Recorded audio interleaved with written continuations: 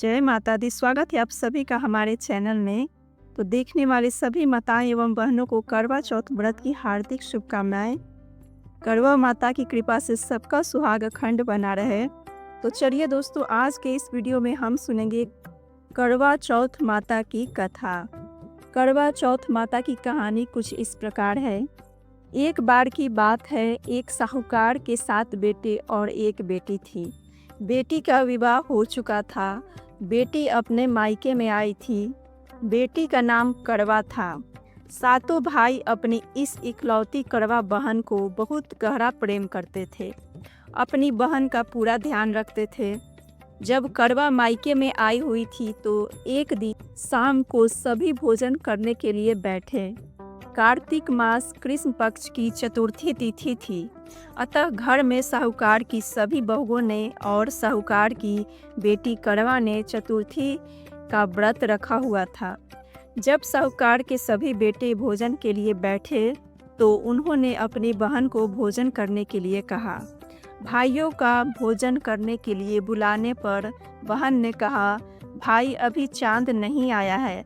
जब चांद आ जाएगा तब मैं चांद को अर्घ देकर व्रत पूरा करके ही भोजन करूंगी। करवा के ऐसे कहने पर भाइयों को चिंता हुई कि बहन भूखी है और अभी चांद भी नहीं आया है। ऐसे में 7 भाइयों में से एक छोटा भाई बाहर किसी दूर के पेड़ पर जाकर उसमें अग्नि जलाकर उसमें एक छन्नी लगाकर बहन के पास आया और बहन को कहने लगा, देखो बहन, चांद आ गया है, अब खाना खा लो।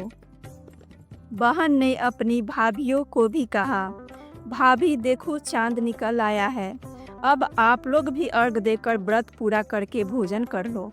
भाभियों ने ननद करवा की बात सुनकर कहा, ननद ये चांद तुम्हारा आया है, हमारा नहीं।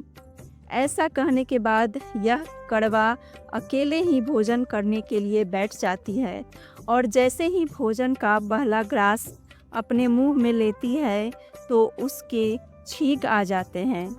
दूसरा ग्रास मुंह में लेती है तो उसमें बाल निकल जाता है। इसके बाद जैसे ही भोजन का तीसरा ग्रास मुंह में लेने को रहती है तो उसी समय उसके ससुराल से न्योता आता है कि उसके पति का स्वास्थ्य बहुत खराब है, यह शीघ्र पति को देखने ससुराल आ जाए। इसके बाद उसकी भाभी उसे सच्चाई बताती है कि उसके साथ ऐसा इसलिए हुआ क्योंकि उसने करवा चौथ का व्रत तोड़ दिया था। उसके भाइयों ने आग जलाकर झूठ कहा कि चांद निकल गया है और उसने सच मानकर अपना व्रत तोड़ दिया। इसी कारण उसका पति बीमार हुआ। सच्चाई जानने के बाद जब करवा अपने ससुराल को जाती है और यह प्रतिज्ञा करती है कि मैं अपने पति को कुछ नहीं होने दूंगी। दुर्भाग्यवश जब करवा अपने ससुराल पहुंचती है तो उसका पति प्राण छोड़ चुका होता है। पति के प्राण चले जाने पर करवा अपने दुख को सहन नहीं कर पाती है और सभी से कहती है कि मैं अपने पति का अंतिम संस्कार नहीं होने दूंगी। मैं अपने पति से दूर नहीं रह सकती। मैं एक पतिव्रता और सतीत्व की शक्ति से अपने पति के प्राणों को वापस लाऊंगी। करवा की इन बातों को सुनकर सब उसे पागल पागल कहने लगते हैं और करवा के पति को शमशान में अंतिम संस्कार के लिए ले जाते हैं। करवा भी अपने हठ और पति की वियोग में शमशान में चली जाती है और वहां उसको अपने पति की चिता जलाने से इनकार करती है। करवा की बार बार जिद करने पर सभी पारिवारिक लोग करवा की बात मान लेते हैं और करवा के पति का अंतिम संस्कार नहीं करते हैं। सब घर चले जाते हैं। करवा अपने मृत पति को लेकर दूर कहीं एक झोपड़ी में रहने लगती है और अपने पति को जीवित करने के लिए भगवान की पूजा व्रत आदि करने लगती है। 1 साल बीत जाता है। करवा उसी दिन का इंतजार करती है जब उसने अपने मायके में चतुर्थी का व्रत तोड़ा था। 1 वर्ष बीतने के बाद जब फिर से वही कार्तिक मास की चतुर्थी का दिन आता है तो करवा अपने पति के प्राणों के लिए निर्जला करवा चौथ का व्रत रखती है। करवा अपने पति को पुनर्जीवित करने के लिए माँ जगदम्बा से प्रार्थना करती है कि मेरे पति के प्राणों को वापस लाए, मुझे मेरा सुहाग वापस लौटाएं।